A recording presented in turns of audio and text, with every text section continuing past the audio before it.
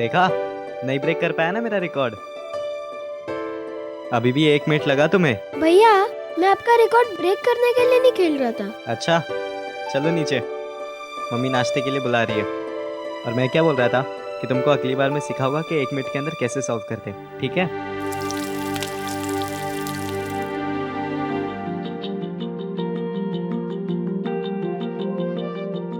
ये लो गरम गरम पूड़ियाँ। चल शुरू करना। मम्मा आप भी बैठ जाओ ना। तुम लोग शुरू करो, मैं अभी और पूड़ियाँ लेकर आती हूँ। हाँ चलो चलो।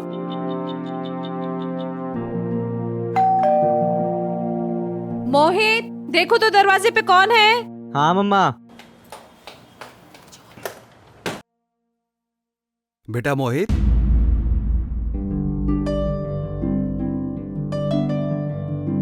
डैडी मोहित, मोहित। रितेश, कैसे हो बेटा तुम? मैं ठीक हूँ, आप कैसे हो? मैं बहुत अच्छा हूँ। आप आने से पहले बताया भी नहीं कि आने वाले हैं। क्यों भाई? मैं अपने वाइफ को सरप्राइज नहीं दे सकता? दुबई से निकला तो सोचा कि एक बार इन्फॉर्म कर दो, फिर लगा कि इस बार अपने वाइफ को बहुत बड़ा सा सरप्राइज देता हो। कैसे लगा? पापा मैं अपना रिजल्ट लाता हूँ। हाँ बेटा।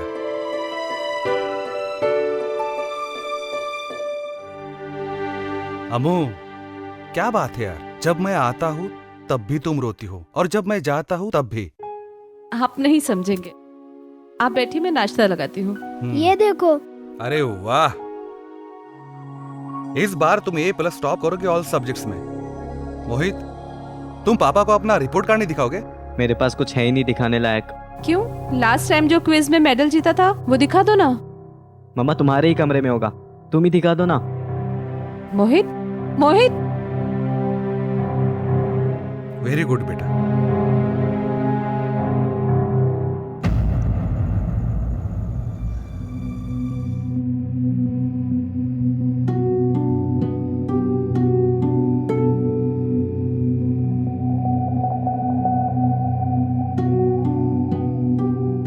मोहित, डैडी से बात नहीं करोगे?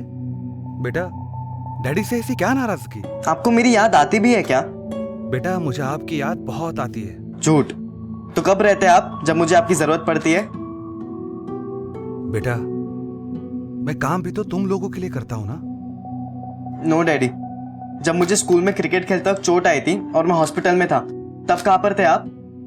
बेटा, रितेश भी तो है ना, वो मुझे बहुत मिस करता है और तुम्हारी तरह बिहेव भी नहीं करता। डैडी आप मेरा बर्थडे तक भूल गए थे।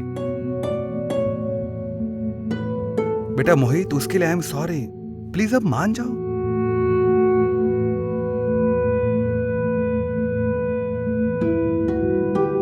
मोहित, अब तो पापा ने सॉरी भी बोल दिया, अब तो मान जाओ।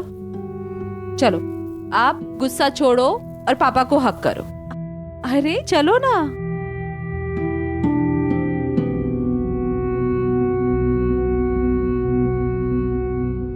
डैडी देखो ना, भैया मुझे कब से परेशान कर रहे हैं। डैडी इसने फिर से पैंट में सुसु कर दिया। मोहित, भैया डैडी को क्यों बताया? अमू, ये मोहित क्या कह रहा है? डोंट वरी समर, होता है ऐसा। अमू, मैं फ्लाइट के लिए लेट हो रहा हूँ, मैं निकलता हूँ। चलो। सुनिए, हाँ अमू, कुछ दिन और रुक जाते तो। नेक्स्ट ट्रिप में पक्का, ठीक है? Bye, bye. Take care. या Mohit, bye papa. Ritesh, bye take care daddy. बेटा, ठीक है? चलो निकलता हूँ। पहुंच के फोन करना। हाँ करता हूँ। बाय। बाय।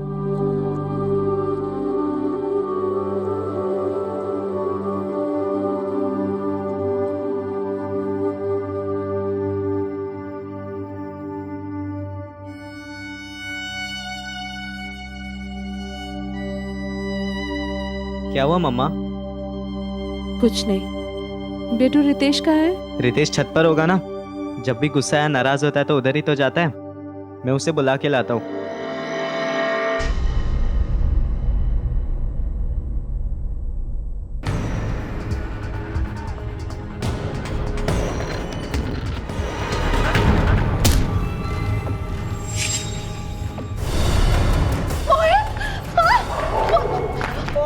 कुछ हादसे अचानक जिंदगी में दाखिल होते हैं और चौंका देते हैं, डरा देते हैं। और कुछ हादसे हमेशा के लिए जिंदगी को बदल देते हैं। क्या मोहित का गिरना महज एक हादसा था, या फिर इसके पीछे कोई ऐसी कहानी थी जिस पर से अब पर्दा हटने वाला था? हिम्मत से काम ले अमृता, रब ने बचा दिया बच्चे को। लकी है आपका बेटा, हालांकि प्लास्टर कटने तक इसे रेस्ट करना होगा। डॉक्टर साहब, बच्चा कैसा है? अभी होश में नहीं है।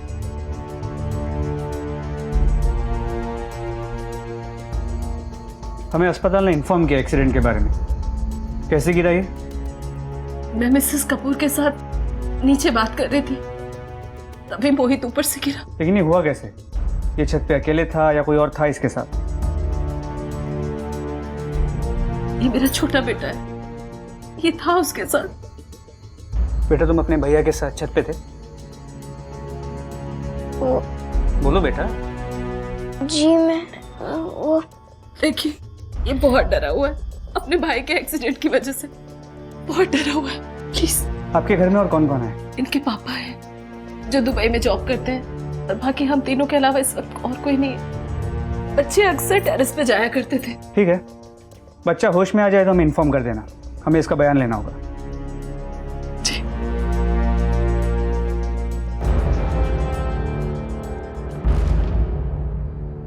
विकास, हॉस्पिटल गए थे, क्या हुआ? सर, मुझे एक्सीडेंट का केस नहीं लगता। मुझे लगता है कि आत्महत्या करने की कोशिश की गई है, लेकिन आसपास पूछताछ करने में पता चला कि ना कोई प्यार व्यार का चक्कर है और ना ही कोई पढ़ाई में प्रॉब्लम। किसी से कोई झगड़ा? सर, दोनों भाइयों के बीच झगड़ा हुआ था। भाइयों के बीच?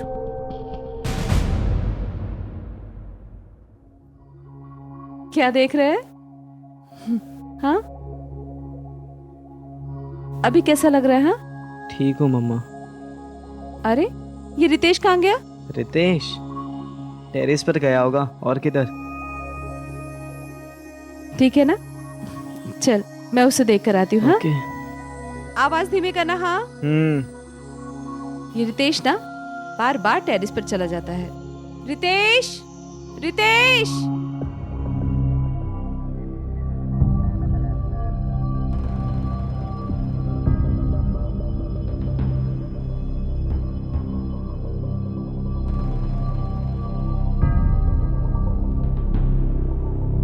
रितेश, कहाँ गया ये लड़का? रितेश,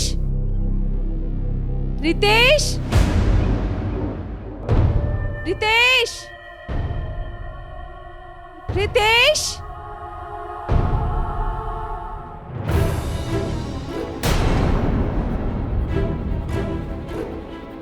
रितेश, रितेश।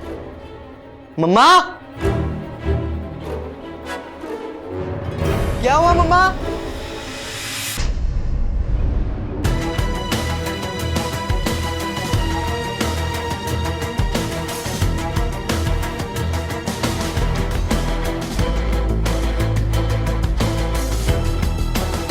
तो लगता है कि सुसाइड किया है। विकास, ये देखो, ये खून जम गया है। लगता है मौत होके काफी टाइम हो चुका है। हो सकता है कल रात को ही। रात को? सर, एक बच्चा रात को टेरेस पे क्यों आएगा? पहले बड़े बेटे का एक्सीडेंट, अब ये छोटे का सुसाइड। बात कुछ हजम नहीं हो रही है। जो हमें नजर आ रहा है वो है नहीं, और जो है वो इस वक्त हमें नजर नहीं आ रहा है।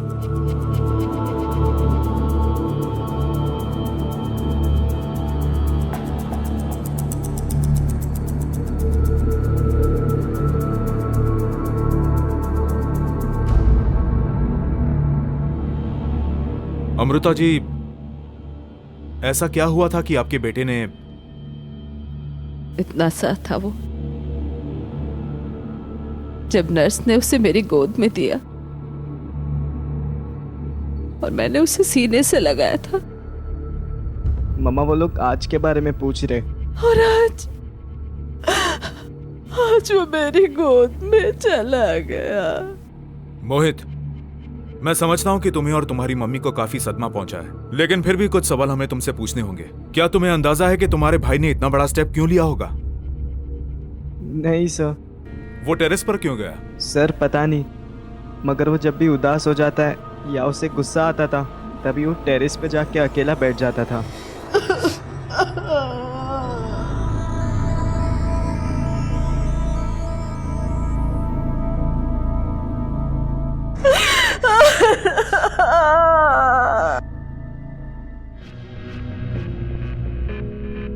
सर, रितेश की पोस्टमार्टम रिपोर्ट।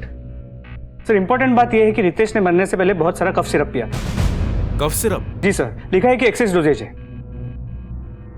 विकास, मतलब बच्चे ने खुद ही कफ सिरप पिया और बाद में खुद ही की कलाई काट ली। ऐसा कैसे हो सकता है? कफ सिरप में अल्कोहल होता है, एक्सेस डोज से गहरी नींद आ सकती है। ऐसी हालत में वो अपनी कलाई खुद कैसे काट सकता है? Right sir. इनफैक्ट बॉडी के पास से जो ब्लेड मिला है उस पर भी कोई फिंगरप्रिंट्स नहीं है, उसे भी क्लीन करके रखा गया है। मतलब साफ है विकास, ये सुसाइड नहीं है, ये मर्डर है। कोई हमें मिसगाइड करने की कोशिश कर रहा है। शांत हो जाओ अमृता, शांत हो जाओ। जैसे ही मुझे पता चला मैं अगली फ्लाइट पकड़ के वापस आ गया। रितेश की बॉडी में कफ सिरप के ट्रेसेस मिले हैं। उससे किसी ने इतना कफ सिरप पिलाया जिससे उसे गहरी नींद आ जाए और फिर इस तरह से मारा जिससे ये लगे कि ये सुसाइड है। लेकिन इंस्पेक्टर साहब, उसे कौन मार सकता है? आपके घर में कोई बीमार है? कोई कफ सिरप लेता है? नहीं सर। हमें आपके घर की तलाशी लेनी है। विकास सर, दुबई में क्या काम करते हैं आप? Sir, I am a civil engineer. मैं दुबई में अनम कंस्ट्रक्शन में काम करता हूं। ये आपके फादर हैं? जी हाँ, तीर्थ यात्रा के लिए गए हैं। सर, कुछ नहीं मिला। साहब, यहाँ पर भी कुछ नहीं मिला।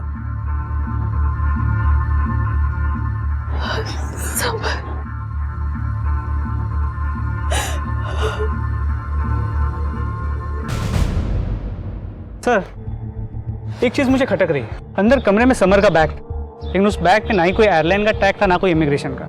सर, ये टैक्स इतनी जल्दी कोई निकालेगा क्यों, खासकर घर में जब ऐसा माहौल हो? एयरपोर्ट से पता करो दुबई से जितनी भी फ्लाइट्स आई हैं उसमें से किसी में समर था या नहीं। उसका मोबाइल नंबर भी ट्रैकिंग पे डालो। सर,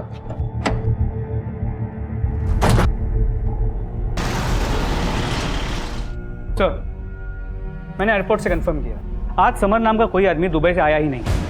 समर ने जिस कंपनी का नाम बताया था मैंने वहाँ भी पूछताछ की, उनके यहाँ समर नाम का कोई एम्प्लॉय है ही नहीं। सबसे बड़ी बात, उसके बाद 2 नंबर, एक नंबर दुबई का और एक इंडिया का नंबर। सर, उसका इंडिया का नंबर थाने एरिया में एक्टिव था और वो एयरपोर्ट से नहीं थाने से टैक्सी लेकर आया। थाने की उसी एड्रेस पे उसका टैक्सी बुक हुआ था। जरा जास्ता होशियारा है समरलाल, इसके थाने के एड्रेस पे चलते हैं।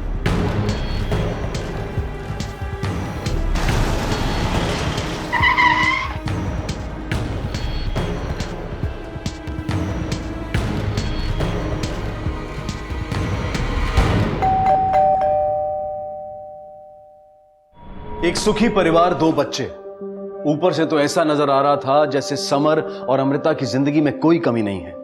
तो फिर ऐसा क्या हुआ कि समर ने किसी और से शादी कर ली, अपने परिवार से छिपकर एक दोहरी जिंदगी जीनी शुरू कर दी, जिसकी चपेट में आ गई कई और जिंदगियां। रिश्ते कोई लुका छिपी का खेल नहीं, जहां कभी आप एक रिश्ता छुपा लें तो कभी दूसरा। ऐसे में आप किसी भी रिश्ते के साथ न्याय नहीं कर सकते।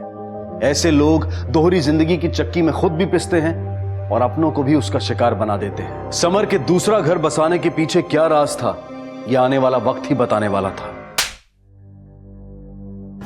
इतने बरस हमें धोखा देते रहे, हमसे कहते थे दुबई जा रहा हूं और यही रहते थे किसी और के साथ। क्यों समर, क्यों किया तुमने ऐसा हमारे साथ? देखा मम्मा, इसलिए मुझे ये आदमी कभी पसंद नहीं था। ये ना तुमसे प्यार करता है और ना मुझसे प्यार करता है। विकास, पर अब टेंशन मत लो, मैं आपके साथ हूं।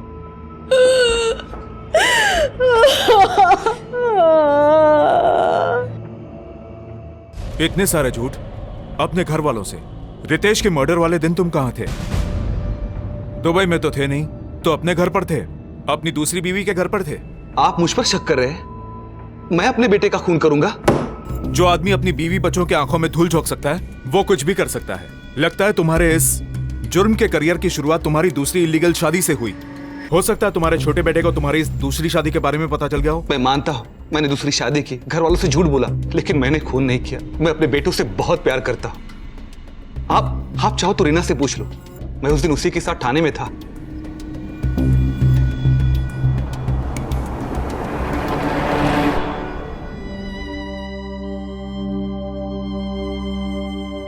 देखो मम्मा, अगर तुम नहीं खाओगी ना तो मैं भी नहीं खाऊंगा। अब एक दूसरे के अलावा हमारा है भी कौन? डैडी तो कभी हमारे थे ही नहीं। मम्मा मैं आपके साथ हूँ, अब से मैं आपका ध्यान रखूंगा। I love you. ओके मम्मा, अब प्लीज थोड़ा सा तो खा लो प्लीज।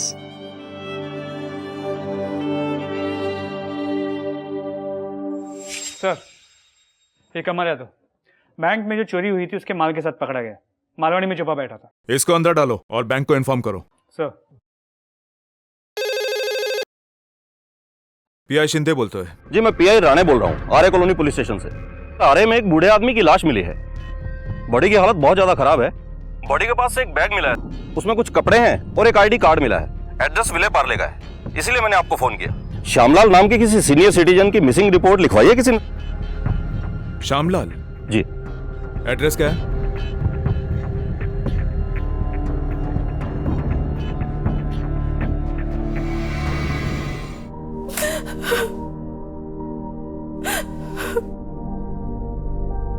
पता नहीं किसकी नजर लग गई हमारे परिवार को।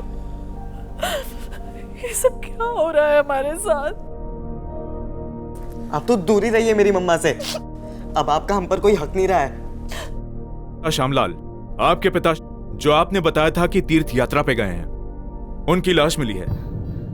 पोस्टमार्टम की रिपोर्ट के अनुसार उनकी मौत दम घुटने से हुई है और उन्हें भी कफ सिरप पिलाया गया था। आप समझ रहे हैं, आपके बेटे और आपके पिता की हत्या एक ही तरीके से की गई है। किसी की गहरी दुश्मनी है आपसे या आपके परिवार से। आपके ससुर श्यामलाल जब तीर्थ यात्रा पे गए तो टिकट विकेट बुक करवाया होगा ना आपने? दादाजी ने मुझसे ही बोला था टिकट्स बुक करने, और मैं तो उनको बस स्टॉप पे छोड़कर भी आया था। कौन से ट्रैवल एजेंट के पास करवाई थी उनकी टिकट? सर, धाम ट्रैवल्स। ये उनका एक मैसेज भी आया था कि वो ठीक से पहुंच गए हैं।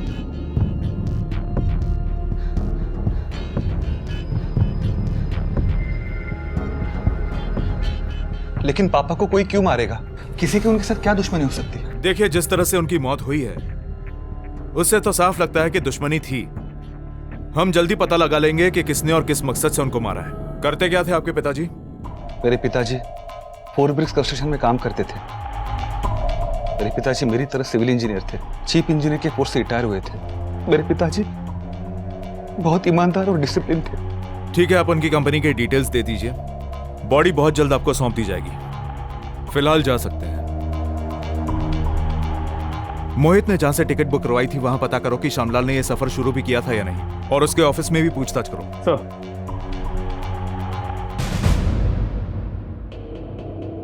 श्यामलाल जी, उनकी तो जितनी तारीफ करो कम है।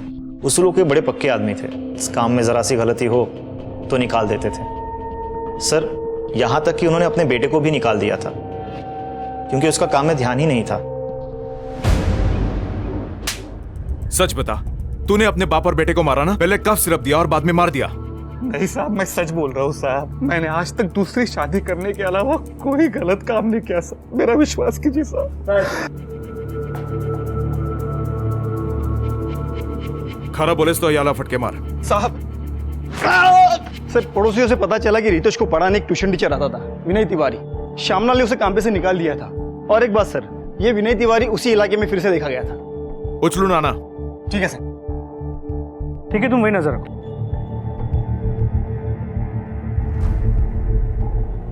Sir, tuition teacher Vinay Tiwari गायब है।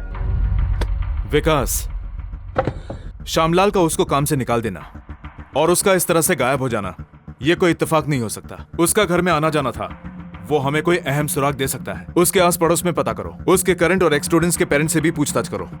एक आदमी लगाओ उसके पीछे, ढूंढ निकालो उसे। सर।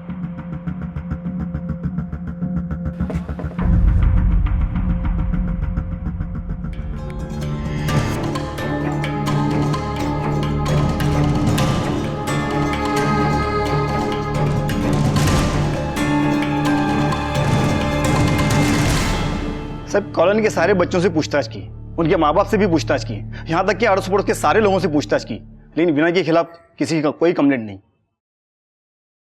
फिर श्यामलाल ने विनय पे झूठा आरोप लगा के उसे ट्यूशन से क्यों निकाला? सर, हमने पता करा है कि श्यामलाल कभी तीर्थ स्थल पहुंचा ही नहीं। हमने बस अड्डे की सीसीटीवी फुटेज भी चेक की, तो कहीं ये नजर नहीं आया कि मोहित अपने दादा को ड्रॉप करने आया। सर, एक शॉकिंग बात और है, हमने श्यामलाल के मोबाइल रिकॉर्ड्स को चेक किया तो पता चला उनका मोबाइल कभी मुंबई के बाहर गया ही नहीं। इनफैक्ट जो लास्ट मैसेज भेजा गया था वो भी मुंबई के अंदर से ही भेजा गया था, और उस मैसेज का समय श्यामलाल के मौत के बाद का समय था। विकास, ये 16 साल का लड़का मोहित ये हमें घुमा रहा है। आराम से बेटू। हाँ, लो आप टीवी देखो, मैं कुछ खाने के लिए लाती हूँ। अब कौन आ गया? इंस्पेक्टर सर, आप कुछ पता चला? हाँ भी और नहीं भी। अब सच पता करने के लिए हमें मोहित से बात करनी पड़ेगी। मोहित से? लेकिन मोहित से क्यों? क्योंकि इसने हमसे झूठ बोला है। मेरा मोहित झूठ नहीं बोलता, कभी नहीं बोलता। ये ना ही अपने दादाजी को बस स्टॉप पर छोड़ने गया था और ना ही वो किसी तीर्थ यात्रा पर गए। इनफैक्ट वो मुंबई से बाहर भी नहीं गए। ये आप क्या बोल रहे हैं? ये आपका बेटा अभी से पुलिस के साथ लुका छुपी खेलने लग गया। क्यों चला याला? नहीं नहीं नहीं नहीं, आप इसे ऐसे नहीं ले जा सकते। मोहित कुछ बोलते क्यों नहीं हो? मोहित ऐसे चुप क्यों है? आप दूर रहिए। नहीं, आप इसे ऐसे नहीं ले जा सकते। छोड़िए मुझे। एक ही परिवार में 2 हत्याएं हुई। एक थे बुजुर्ग श्यामलाल, कत्ल के तरीके से ऐसा लग रहा था कि कातिल शायद कोई एक ही है, और पुलिस की नजर में सस्पेक्ट था उसी परिवार का एक 16 साल का लड़का मोहित। क्या एक टीनेज बच्चे ने इतने संगीन जुर्म को अंजाम दिया था? और अगर उसने ऐसा किया था तो फिर वजह क्या थी? अपने दादाजी और अपने छोटे भाई की हत्या करके वो क्या हासिल करना चाहता था? मोहित, तुमने हमसे झूठ क्यों बोला? तुमने अपने दादाजी को मारा है, इसमें हमें कोई शक नहीं है। मोहित बोलो। सर, देखो एक खाना कभी।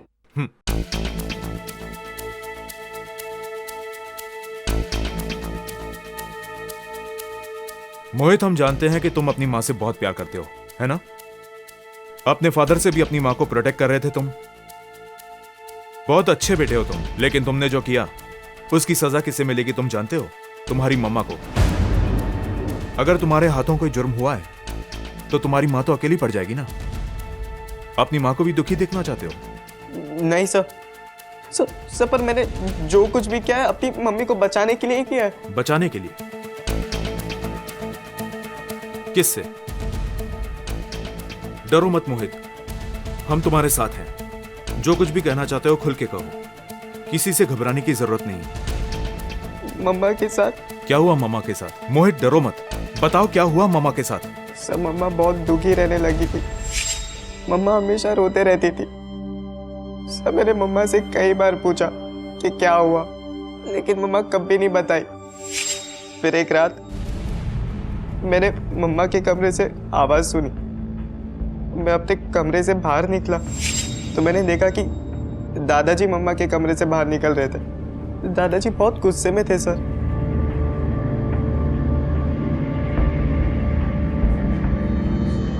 मैं मम्मा के कमरे में गया, लेकिन मम्मा वहां पर नहीं थी।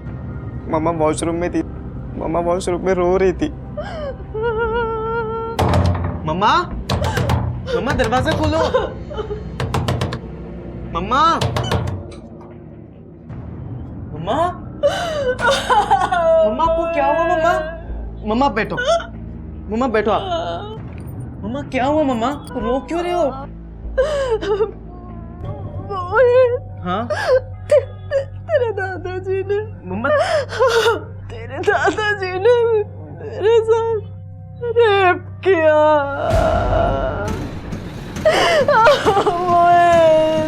मेरा बच्चा।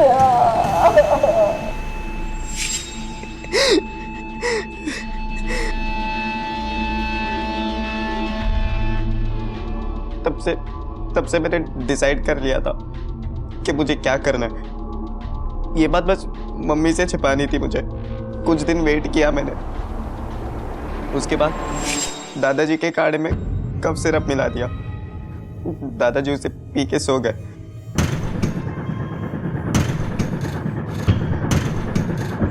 तुमने रितेश को डराया, उसे चुप रहने को कहा, इसलिए उसने तुम्हें छत से धक्का दे दिया, या फिर किसी को सच पता चलने के डर से तुमने सुसाइड करने की कोशिश की? नहीं सर, उस दिन जो भी हुआ था वो एक्सीडेंट था। सर मैं रितेश को छत पर मनाने गया था। रितेश चल नीचे, मम्मी बुला रही है।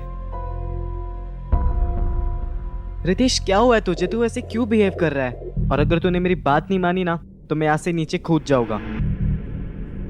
मैं अपनी जान दे दूंगा रितेश, मैं पहले ही बोल रहा हूँ। रितेश मेरी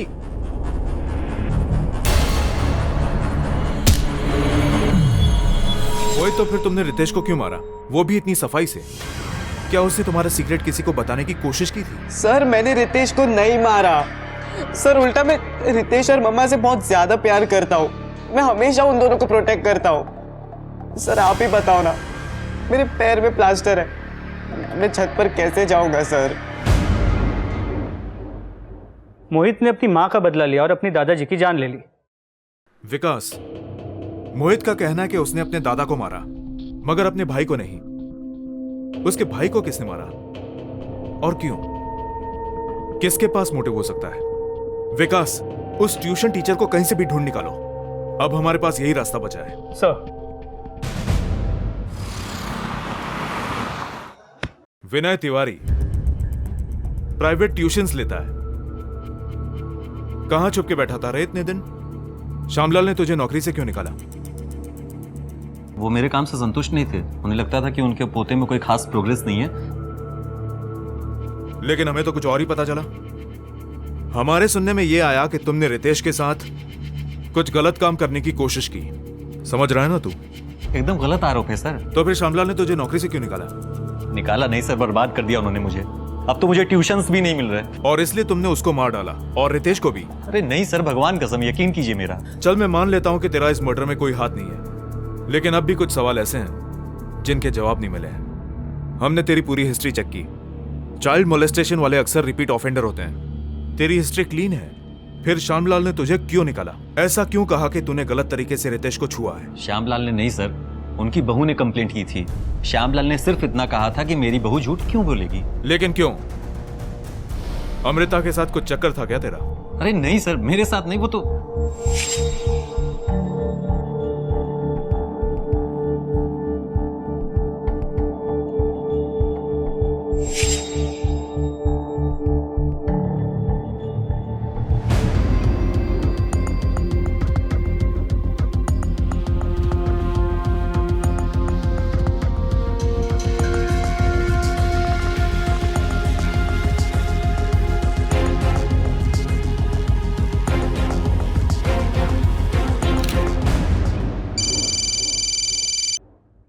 हाँ राणे। सर, विनय राणे बोलते हैं। उन दोनों की फोटो भी मेरे पास है, मैं आपको सेंड करता हूँ। गुड। एक काम करो, आसपास के सभी मेडिकल शॉप्स में जाओ, वो फोटो दिखाओ और पता करो कि कहीं यही आदमी तो नहीं जिसने कफ सिरप खरीदा था। ठीक है सर।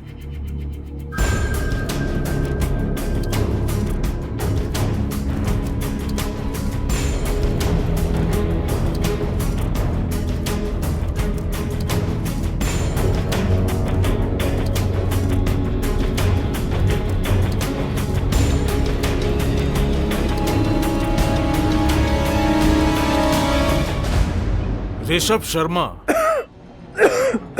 कफ सिरप पिएगा? वहीं से मंगाओ जहां से तूने खरीदा था। सर मैंने तो अमृता के कहने पर। बहुत खुश थी मैं समर और अपने 2 बच्चों के साथ। दिन तो बच्चों को पढ़ाने में और घर के काम में कट जाता था। रातें काटने को दौड़ती थी। बहुत अकेलापन महसूस करने लगी मैं। फिर एक दिन मेरी ऋषभ से मुलाकात हुई। वो समर के डैडी के ऑफिस में काम करता था। उसकी नजरें कहती थी जैसे वो मुझे पसंद करता है। पहले तो मैंने इग्नोर किया, फिर उसका इस तरह से देखना मुझे अच्छा लगने लगा। हम अक्सर मिलने लगे, पर एक दिन डैडी ने हमें साथ देख लिया।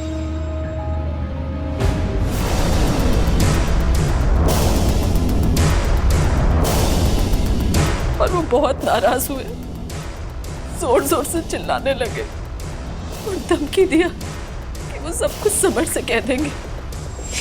किसी भी कीमत पर अपना घर बर्बाद नहीं करना चाहती थी, समर को डाइवोर्स नहीं देना चाहती थी, अपनी बदनामी नहीं करना चाहती थी। इसीलिए मैंने अपने बेटे मोहित को उकसाया। तुम्हें विश्वास था कि तुम्हारा बेटा तुम्हारे लिए मर्डर कर सकता है? सच कहूं तो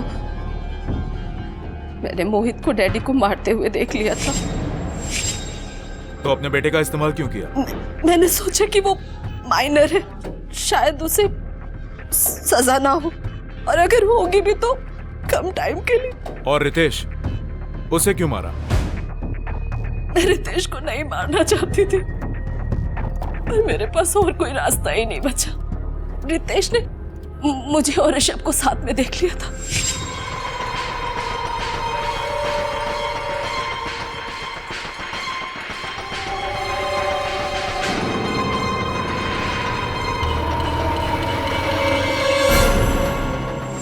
मैं डर गई थी कि रितेश समर को सब कुछ बता देगा। हेलो डैडी, मुझे आपको कुछ बताना है। Hello daddy.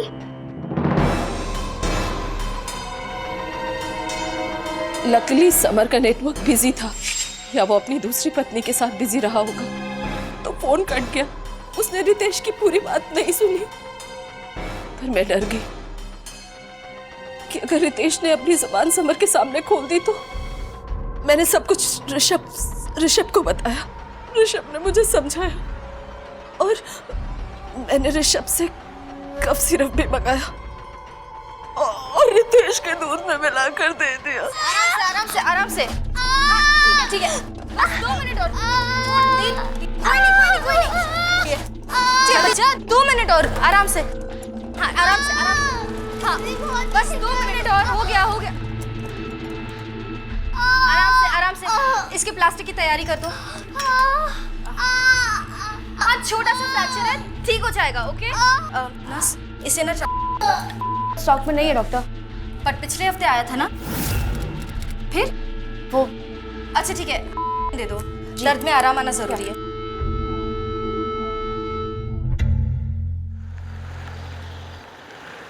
A jungle and owl lived.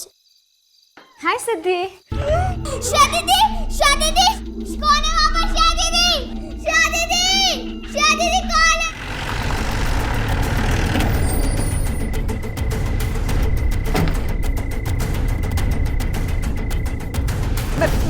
मैं ठीक हूँ माँ, बाद में बात करती हूँ आपसे।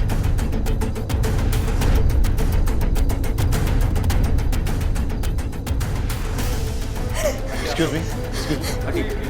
जूही, क्या हुआ? What happened? सर वो एक ब्लैक मास्क में आदमी आया था सर। कौन है वहाँ? छोड़ो श्रेया को छोड़ो। कौन है? छोड़ श्रेया। लेकिन सर वो ना छीना झपटी में श्रेया को फोन गिर गया था तो मैंने उठा लिया। फिशर, अभी आपने कहा कि आपने उसका चेहरा देखा था, जी लेकिन उसने तो मास्क पहना हुआ था। फिर ये जी मेरे हाथ से उसका मास्क फट गया था सर, तो मैं देखा। फिशर, स्केच आर्टिस्ट को बुलवाओ और मैम की मदद से उसका स्केच बनवाओ और हॉस्पिटल के सारे एम्प्लॉइज से पूछताछ करो।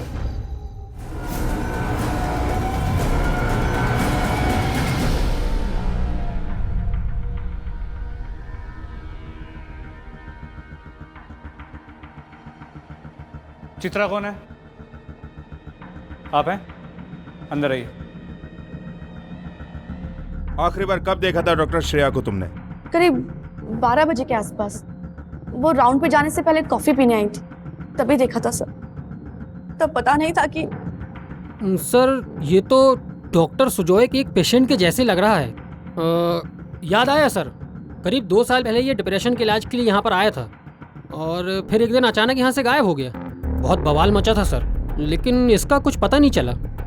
देवराज या ऐसा ही कुछ तो नाम था इसका। कॉफी पी थी हमने साथ साथ, बहुत सारी बातें की थी, पर ये मेरे लिए इतना बड़ा शौक है कि मुझे कुछ याद ही नहीं आ रहा। सब कुछ बहुत धुंधला धुंधला सा लग रहा है। ऐसा लग रहा है कि कोई बहुत बुरा सपना हो। 2 साल पहले डिप्रेशन का ये पेशेंट आपके हॉस्पिटल से अचानक गायब हो गया था। बहुत तलाश करने पे भी इसका कुछ पता नहीं चला। कुछ याद है आपको इसके बारे में? इंस्पेक्टर, इस आदमी का मेरी बेटी के गायब होने से क्या ताल्लुक है? यह हादसा 2 साल पहले हुआ था। मैं इतना बड़ा हॉस्पिटल संभालता हूं, इतनी जिम्मेदारियां हैं मुझ पर। हो सकता है मैं भूल गया होऊंगा। मेरी तो यह समझ में नहीं आ रहा है कि आप इस इंसान के पीछे क्यों पड़े। इंस्पेक्टर, मेरी बेटी गायब हुई है। इतने घंटे बीत चुके हैं उसे गायब हुए और अब तक आप उसे ढूंढ नहीं पाए। याद रखिएगा, अगर मेरी बेटी को कुछ हो गया ना तो। सर, उस पेशेंट का नाम हेमराज बिजली था। 2 साल पहले उसे डिप्रेशन के ट्रीटमेंट के लिए एडमिट कर दिया गया, लेकिन एक दिन अचानक वो गायब हो गया और उसके बाद उसका कोई पता नहीं चला। सर, ये उसकी फाइल है जो अस्पताल के रिकॉर्ड से मिली है। इस फाइल में जो हेमराज का एड्रेस है उसे चेक कराओ। Yes sir. सर, इसके अलावा वो कार जिसमें किडनैपिंग हुई थी वो मिल गई है, लेकिन उसे थॉरोली ब्लीच कर दिया गया है, इसलिए उसमें ना कोई फिंगरप्रिंट्स है और ना ही कोई डीएनए ट्रेसेस।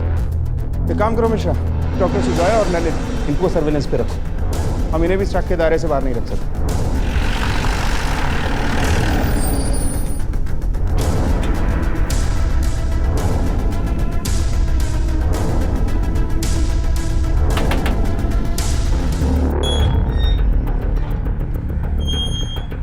जी हेमराज का घर यही है? जी साहब कुछ पता चला साहब? कुछ हुआ तो नहीं साहब? वो जब से गायब हुआ है वो कभी तुमसे मिला नहीं? कभी तुम्हारी खबर नहीं ली उसने? नहीं साहब, एक कंपनी में पैसा लगाया था साहब, 6 महीने में डबल करके दे रही थी साहब। पूरा पैसा लगा दिया था साहब, लेकिन वो कंपनी भाग गई और उसी के चलते वो सदमे में आ गए साहब, और उसी के इलाज के लिए हॉस्पिटल में भर्ती कराना पड़ा साहब। मुझे नहीं मालूम। मुझे छोड़। अरे क्या हुआ? क्या हुआ? अरे अरे हुआ क्या? अरे घबरा मत। क्या हुआ? क्या हुआ? वो लोग आ गए। कोई नहीं आया साहब। नया हॉस्पिटल खुला था साहब, डॉक्टर सुजय नाम था उनका, बड़ा नाम है साहब। वही इनका इलाज कर रहे थे साहब। एक दिन जब मैं वहाँ गई तो वो वहाँ नहीं थे, और मैंने हॉस्पिटल वालों से पूछा तो उन्होंने कहा कि वो तो भाग गए। मुझे समझ में नहीं आया साहब कि इतना बड़ा हॉस्पिटल, इतने सारे लोग, फिर भी किसी को कुछ नहीं पता साहब। तब से लेकर आज तक किसी को कुछ नहीं पता साहब। तब से शक्ल तक नहीं देखी। ठीक है, चलो। हॉस्पिटल के पूरे स्टाफ के साथ साथ श्रेया का अपना परिवार भी पुलिस के शक के दायरे में था, खासकर श्रेया के पिता डॉक्टर सुजॉय, जिन पर पुलिस हर पल कड़ी नजर रखे हुए थी। और आखिर में पुलिस का यह शक और मेहनत रंग लाई।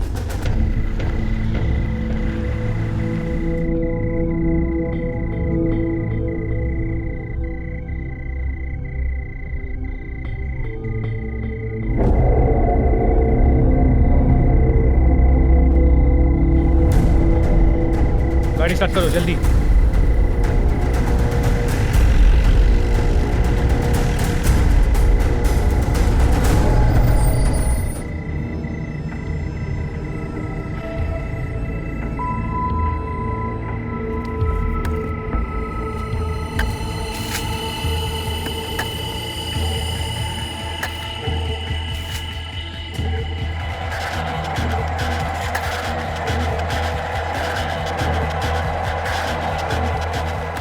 तो डॉक्टर सुजय, क्या ढूंढ रहे हैं आप? सुना था लोग अगर किसी और के लिए गड्ढा खोदते हैं तो खुद उसमें गिर जाते हैं, और आपने तो ये बात साबित कर दी। अब हमें ये समझाइए, गड्ढा आप खोद किसके लिए रहे हैं? जब तक मेरा लॉयर नहीं आ जाता मैं मुंह नहीं खोलूंगा। I need my lawyer first.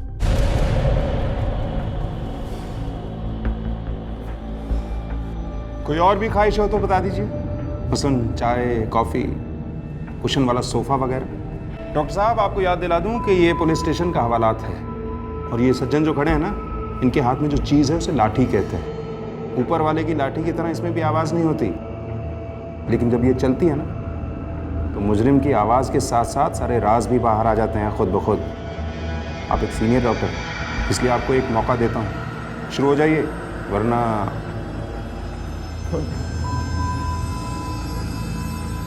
मैंने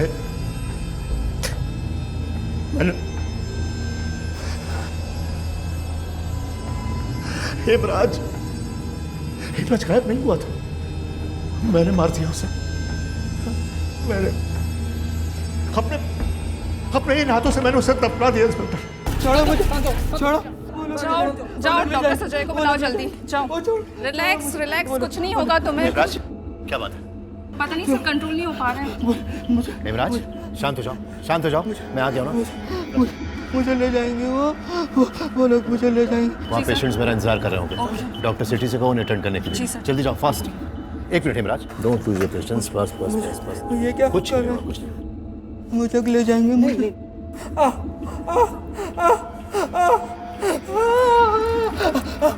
वेट, शांत शांत शांत, कुछ नहीं होगा, सब ठीक हो जाएगा। शांत, लेटा दो, लेटा दो। हेमराज, हेमराज, मुझे क्या होगा? बोर्ड बॉय, तुम डॉक्टर सेठी के पास जाओ, उनकी मदद करो जाके, जल्दी जाओ। मुझे जान, मुझे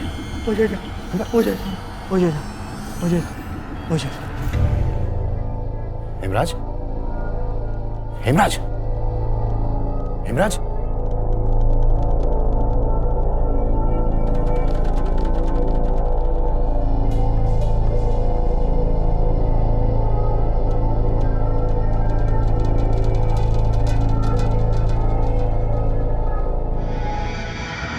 ऐसी घबराहट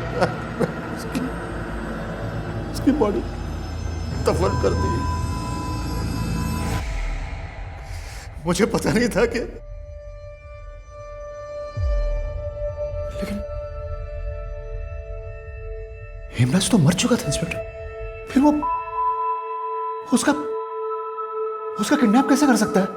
how is it possible? Yes inspector, मैं डॉक्टर हूं, मैंने खुद चेक किया था। उसकी नब्ज, उसका हार्ट बीट तो क्या था, everything stop. Yes I am sure.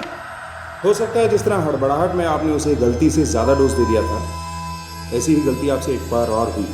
Hemraj वाकई जिंदा हो और आपने उसे मरा हुआ समझ के दफन कर दिया, क्योंकि अगर ऐसा नहीं होता तो उसकी लाश वहां जरूर होती। खैर, ये मुर्दा जो खुद ही अपनी कब्र खोद के बाहर निकला है, वो ज्यादा दूर नहीं जा पाएगा। हम उसे ढूंढ ही निकालेंगे, लेकिन अब आप खुद को हमारा मेहमान ही समझिए, क्योंकि हम आपको आपके खुद के दिए बयान के आधार पर गिरफ्तार करते हैं। डॉक्टर जो यहाँ आई, उसे मिलना है। चलो।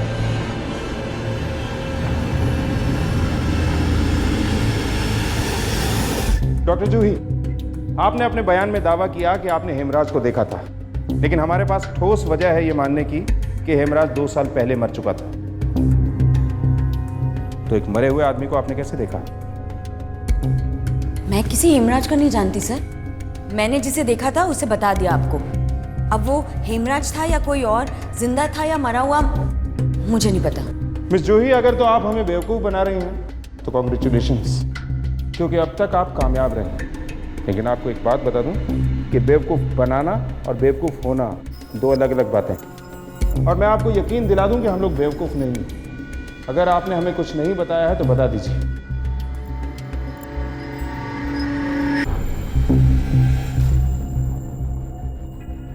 ठीक है, आप नहीं बताना चाहती, हम खुद पता लगा लेंगे।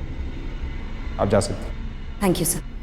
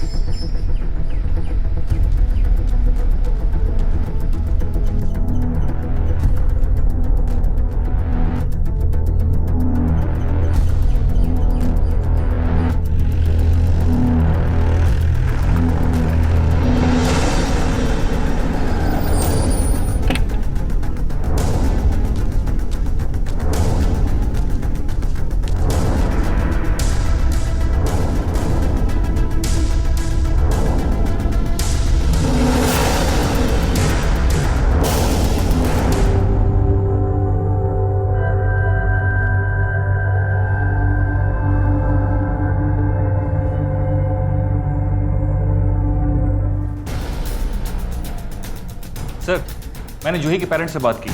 क्या बोले वो? पता चला कि सर घर में वो कमाने वाली वो अकेली लड़की थी। हर महीने 70,000 रुपये भेजा करती थी अपने माता पिता के लिए।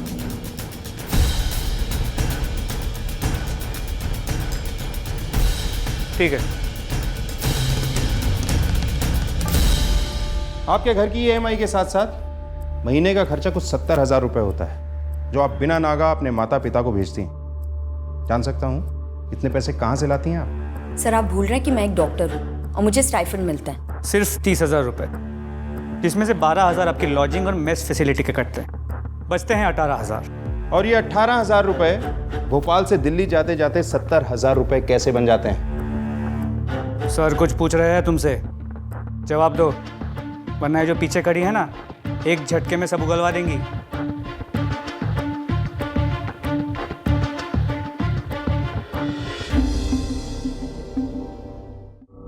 सर एक बात तो श्योर, डॉक्टर जूही की जो एक्स्ट्रा इनकम है उसके सोर्स में कुछ तो गड़बड़। पूछताछ के दौरान भी वो काफी घबराई हुई थी, किसी भी सवाल का सीधा जवाब नहीं दिया उसे, और अपने पहले ही बयान में उसने हेमराज का नाम लिया। ये बात अभी तक खटक रही है मुझे। मान लो अगर हेमराज आज भी जिंदा है तो भी डॉक्टर जूही उसके बारे में कैसे जानती है? क्योंकि जब वो हॉस्पिटल से गायब हुआ था तो डॉक्टर जूही हॉस्पिटल में इंटर्न नहीं थी, बल्कि मेडिकल कॉलेज में पढ़ रही थी। हो ना हो अस्पताल के किसी पुराने एम्प्लॉय ने उसे हेमराज के बारे में बताया होगा, और उसी के कहने पे जूही ने हमारे सामने हेमराज का नाम लिया। मतलब हॉस्पिटल में ऐसा कोई है जो जूही के साथ मिलकर या उसे मोहरा बनाकर खेल खेल रहा है हमारे साथ। एक काम करो, सबके बैंक अकाउंट चेक करो, पता करो कि जूही के अलावा ऐसा कौन है जिसकी पासबुक उसकी सैलरी स्लिप से ज्यादा भारी है। जी सर।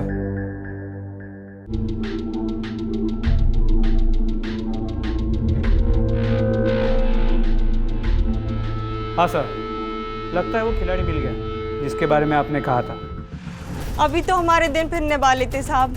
मुन्नी को नया कंप्यूटर भी दिलाए थे, हमसे भी कह रहे थे कि इस झोपड़े से निकाल कर हमें बड़े फ्लैट में रखेंगे। अभी अभी तो उनने नया काम शुरू किया था। नया काम? कौन सा नया काम शुरू किया था उसमें? वो तो हमें नहीं पता साहब, लेकिन मेडिकल लाइन का कोई काम है और उसी के लिए उनने नया नंबर और नया फ़ोन भी खरीदा था। नया फ़ोन? कहाँ है वो फ़ोन? लाते हैं।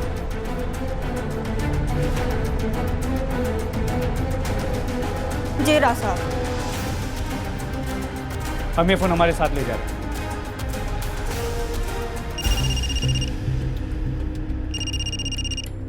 बोलो मिश्रा। हाँ सर, रमेश की बीवी से बात हो गई है।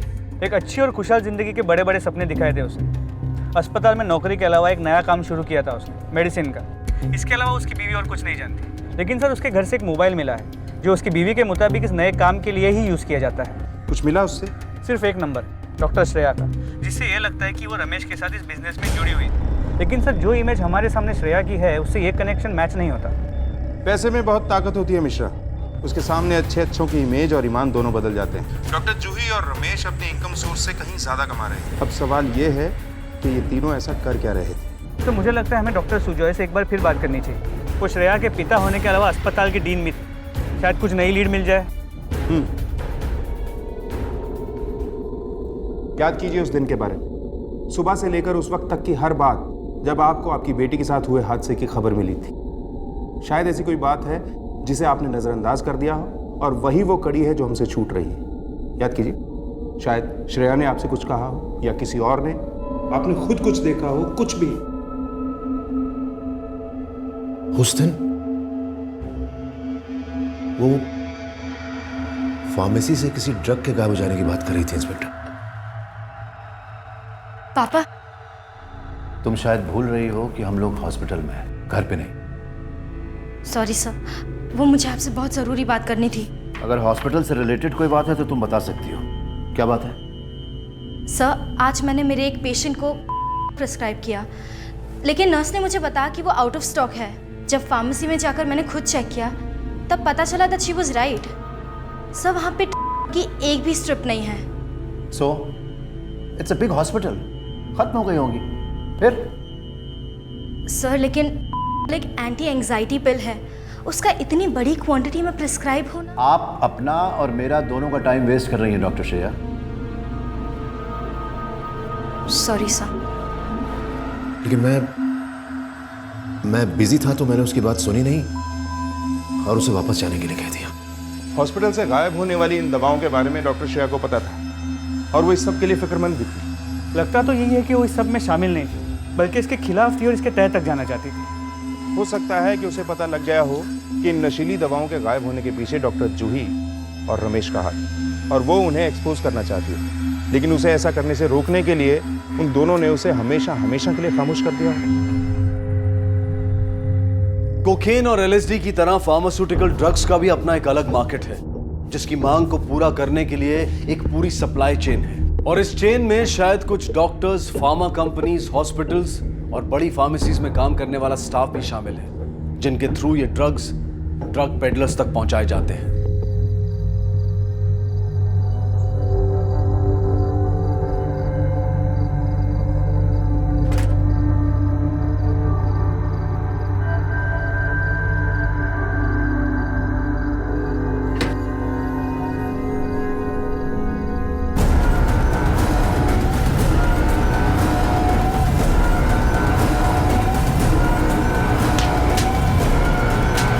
चेक करो।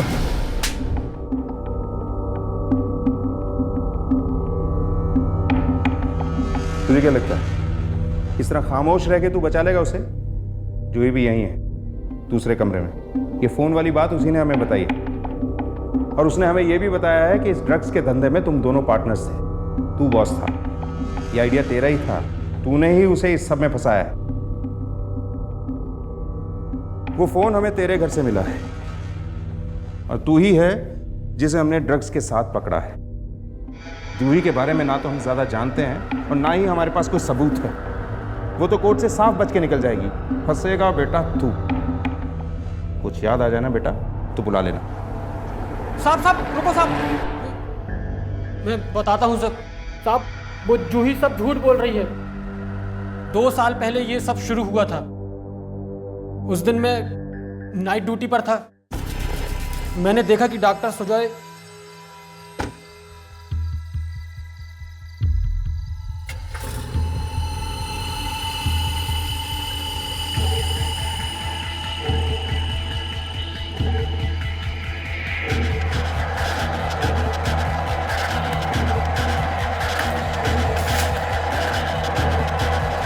जब मुझे पता चला कि हेमराज गायब हो गया है तो मैं समझ गया कि वो आदमी हेमराज ही होगा। पर मैंने साहब किसी को ये बात बताई नहीं, क्योंकि मुझे लगा कि डॉक्टर सुजय अच्छे आदमी हैं। लेकिन बाद में मुझे समझ में आया कि वो कितना चीकट। क्या बात है? सर मेरी बच्ची का एक बहुत बड़े अंग्रेजी स्कूल में एडमिशन हो गया है। बहुत मुश्किल से हुआ है सर। तो ये बात तुम मुझे क्यों बता रहे हो? सर स्कूल की फीस जमा करने के लिए मेरे पास पैसे कम पड़ रहे हैं सर। बाकी है मेरे पास 15,000 की ज़रूरत है, अगर एडवांस मिल जाता तो। नो, स्टाफ को लोन या एडवांस देने की कोई पॉलिसी नहीं है हमारी। मैं इसमें तुम्हारी कोई मदद नहीं कर सकता। ओके सर प्लीज़, बिना फीस जमा की वो मेरी बच्ची का एडमिशन नहीं करेंगे sir. Don't waste my time. ये मेरा लुकआउट नहीं है। जाकर अपनी ड्यूटी करो। हम जैसे छोटे लोगों को ये सब सोचना ही नहीं चाहिए। अब दिमाग मत खाओ मेरा, और उसको समझा दूं कि उसका बाप गरीब है, वो उसके लिए कुछ नहीं कर सकता। रखो। अच्छा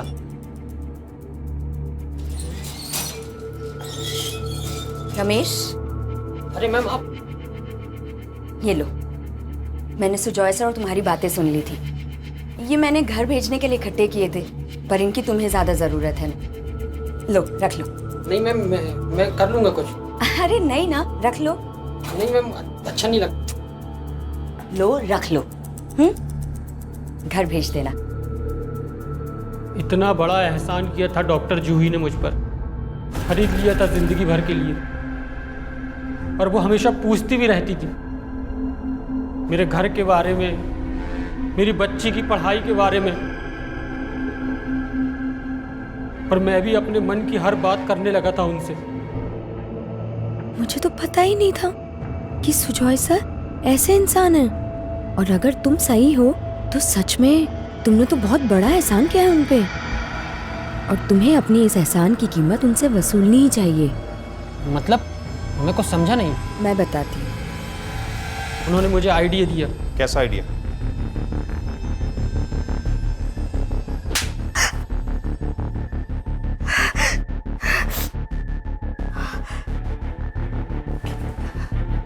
हॉस्पिटल की फार्मेसी से ड्रग्स चुरा के बेचने का। तुम्हें कुछ नहीं होगा। अगर पकड़े जाओगे तो हेमराज की बात बताकर छूट सकते हो, और इस काम में मैं तुम्हारा पूरा साथ दूंगी। हम दोनों की अच्छी कमाई होने लगी थी साहब, लेकिन 3 महीने पहले ही डॉक्टर श्रेया को शक हो गया कि फार्मेसी से ड्रग गायब हो रही है। मैं डर गया साहब। फिर मैंने उसे कहा कि मैं सब संभाल लूंगी। फिर मैंने उसे एक नया फ़ोन दिलाया, जिससे पहले उसने श्रेया को समझाने की कोशिश की, फिर धमकाने की।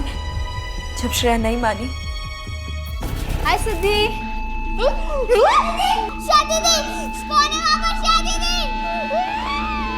हमारी किस्मत भी हमारे साथ थी। तुमने हेमराज का नाम क्यों लिया? पहले हमारा वैसे कोई प्लान नहीं था। दुनिया की नज़र में हेमराज मरा नहीं था, सिर्फ गायब हुआ था। इसलिए मैंने उसका नाम लिया, ताकि लोगों को लगे कि हेमराज डॉक्टर सुजॉय से बदला लेने के लिए श्रेया को मार दिया, और आप लोग हेमराज की तलाश में लग जाए और मेरी और रमेश की तरफ से आपकी नज़र हट जाए। हेमराज की लाश को हमने वहाँ से निकाल कर कहीं और गाड़ दिया। क्यों? क्योंकि हमें डर था कि अगर डॉक्टर सुजॉय को ये पता चल गया कि हमें हेमराज के बारे में सब पता है, तो वो उसकी लाश को वहाँ से गायब कर देंगे और फिर हम बाद में उन्हें ब्लैकमेल नहीं कर पाएंगे। आखिरी सवाल, जब तुम डॉक्टर श्रेया को मारना नहीं चाहती थी तो क्यों मारा उन्हें? हाँ रमेश, श्रेया हमारा साथ देने को तैयार है? नहीं, वो कह रही है कि पुलिस में बताएगी। तो फिर एक ही रास्ता बचता है। क्या?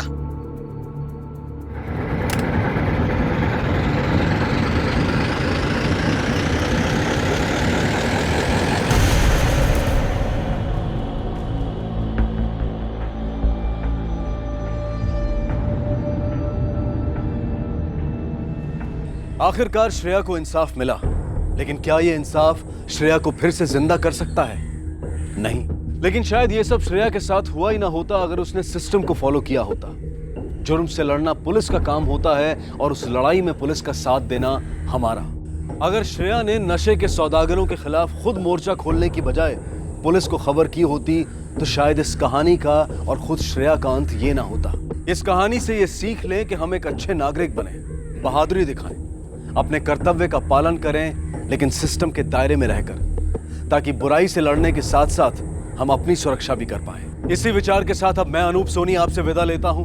फिर मुलाकात होगी अगले एपिसोड में एक और चौंका देने वाले केस के साथ। तब तक अपना और अपने परिवार का ख्याल रखें और देखते रहें क्राइम पेट्रोल डायल 100। सबक एक को, सीख हम सबको। जय। क्राइम पेट्रोल्स के और भी दिलचस्प कहानी देखने के लिए हमारे चैनल को सब्सक्राइब करें और बेल आइकॉन दबाना न भूलें।